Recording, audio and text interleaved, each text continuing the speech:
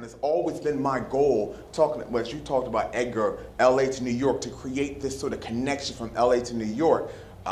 It's always been my goal, and so I talked to Martha. Martha said, you know what, Open Society approached me, let's do this, and we got it, and we here, because it's the right time. We the right people. Let's do this. Thank you.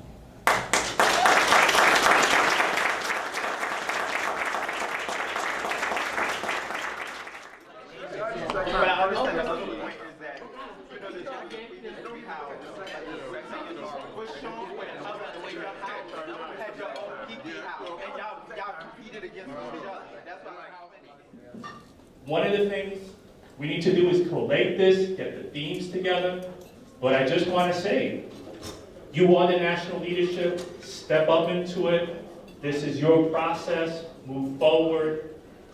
I have complete faith that the leadership that we're looking for is around here. Hello everyone, my name is Greg Wilson. I'm a manager of all the young men's health programs and HIV programs at Reach LA. My name is Tariq Garson. I'm from New York by way of Virginia. I'm a community health specialist at FACES New York and the Deputy Director of Youth Activities at the Bronx Community Pride Center. So I'm Jay Blahnik. I'm the Director of Legacy and Legacy Project, which is a national project, so I don't have a particular city that I'm operating out of. Hello, I'm Jermaine Ellis, Boardroom-wise Jalen Nivisu. I'm a Virgo, and I work at the Hedrick Martin Institute. I'm the coordinator of the Empowerment Project. Well, my name is Robert Swayzer, and I am from New Orleans, but I live in Atlanta, Georgia now, and work at the Centers for Disease Control and the Prevention Program branch. My name is Angel Fabian, also known as Angel Infinity Reblon. I was Director of HIV Services at La Clínica de la Raza in Oakland. Now I'm a medical student in Mexico City.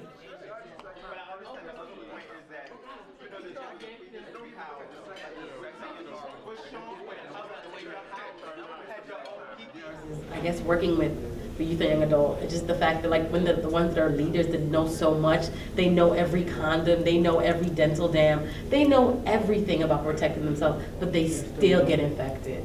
Yeah. Like that is something I have to hold with me, because it's like, you grew up, you know better, like you know what's going on, you know more than I do a little bit about safer sex. And so what is that point? What are we not tackling as preventionists that is still pushing these young men to that point where they're still getting infected? It's always in my interest to intersect theology and anthropology with public health, because HIV and AIDS to me is not a public health discourse, it's a theological discourse. It's a political discourse. When you come from a black community who is very God-centered, who's been told that the essence of who you are is an abomination to the supreme God, what that does to the psyche of a human being. And every institution we deem necessary for human growth, church, school, family, community, repeats that same message. You are an abomination for just breathing, for just waking up. What that does to the psyche of a person. And I've oftentimes said in doing HIV prevention, how you asking black gay men to wear a condom to protect something they've been told that God sees of no value? That makes no goddamn sense to me. Never did. Because my job is to make sure that the ones that are around me that are not infected stay that way. And the ones that are sick or infected are going to get help and find treatment. So now if I see you going towards that danger, there's no more biting my tongue. It's like, I'm going to just have a conversation with you. It comes to a point where we have to empower people and make them feel better about themselves and see the value within themselves, so they wouldn't want to deter and degrade themselves in such a manner. So what do we do to make them feel better about themselves? It was a time that ballroom, in a way, kind of did do that. Then it got steered in another direction. In the beginning, ballroom was about empowerment and taking somebody and being a mother. And you got glory off of being a mother who raised another legend, being an icon who raised a legend, who's bringing up the next and upcoming. It's like your bloodline was, and that was what it was about at one time. And leave the ego alone, and allow someone else to matter, as we will see a difference in the statistics, because it has to get to the test. We are the vehicle for the disease. You know what I'm saying? So we have to, it's us before it even gets to the testing. So what is it about us that needs to shift and develop before we even get to it? You understand what I'm saying? What we want you to think about is to sort of broaden the frame and think about the priorities we're going to have to demand, because part of our work is to make some demands, make some priorities. The majority of the kids have a lot of issues. The HIV problem is not the issues, it's all the mental issues that go along with them. They on Nexapal, they on like 5 different mental medications alongside the HIV medication, and that's where a lot of the conflict comes from too. But so just to add that basically linkage to care is so important to kids. I'm sure if you look at some of the studies, you know, of LGBT people when it comes to healthcare encounters, is that they feel uncomfortable. They don't feel like this is something that their healthcare provider can handle in a conversation where I talk about my risk factors for X, Y, and Z. When we're talking education, because we have this new thing where it's just all about test. Find positive, find positive. If you find positives, it's less likely for seroconversion, that whole thought process. So with that, if people knew their status, why don't we have PSAs and prevention messages that say stuff like, are you undetectable? Those kind of positive messages for people who are already positive. Or did you know that if you were undetectable, you're less likely to transmit HIV to your partner? Those are things that individuals who are positive, if they knew that, then maybe they'd be more involved in care. I guess I'm looking to see a foundation and a structure that is present throughout the ballroom scene on a national level. That no matter what state you live in, people are aware, people know about it, that is supporting the ballroom community. Yeah, that's really what I hope to get out.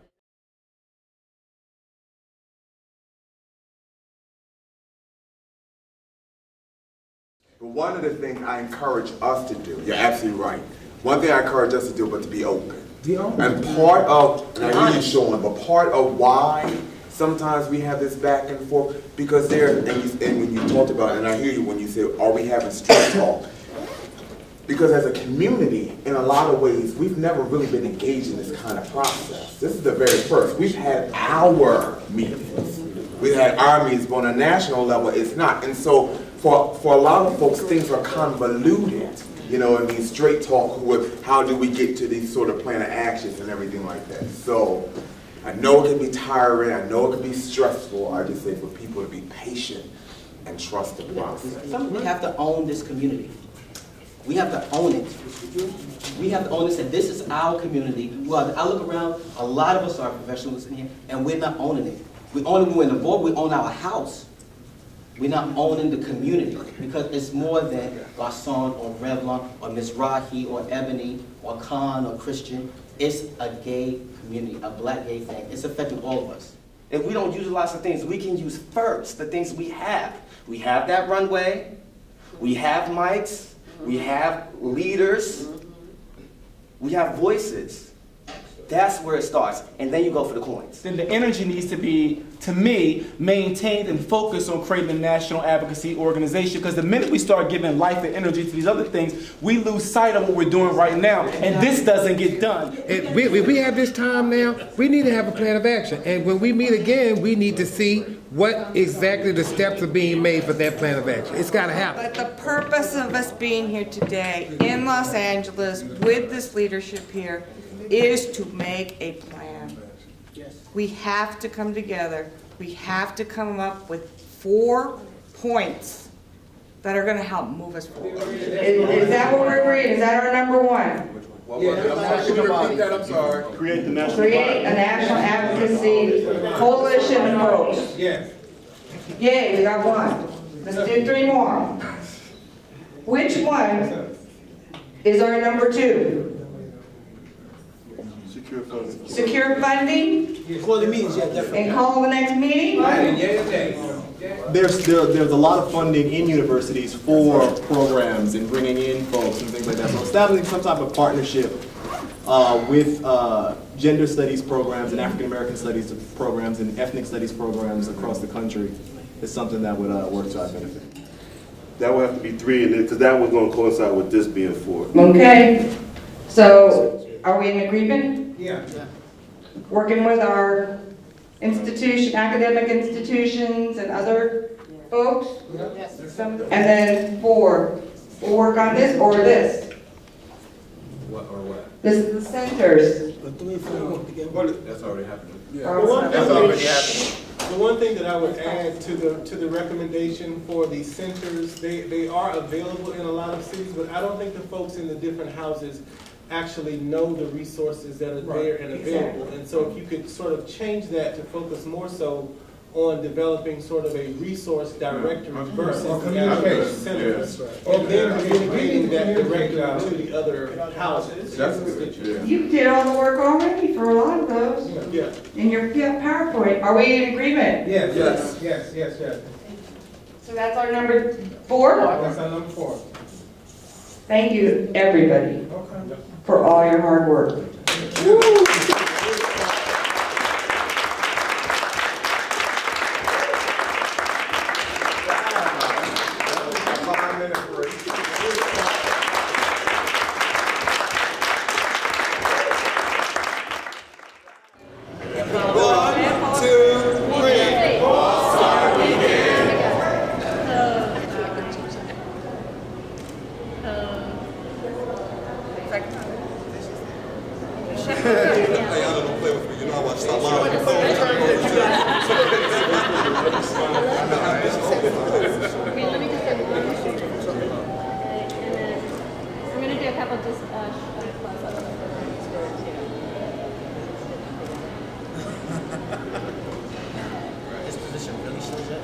Oh,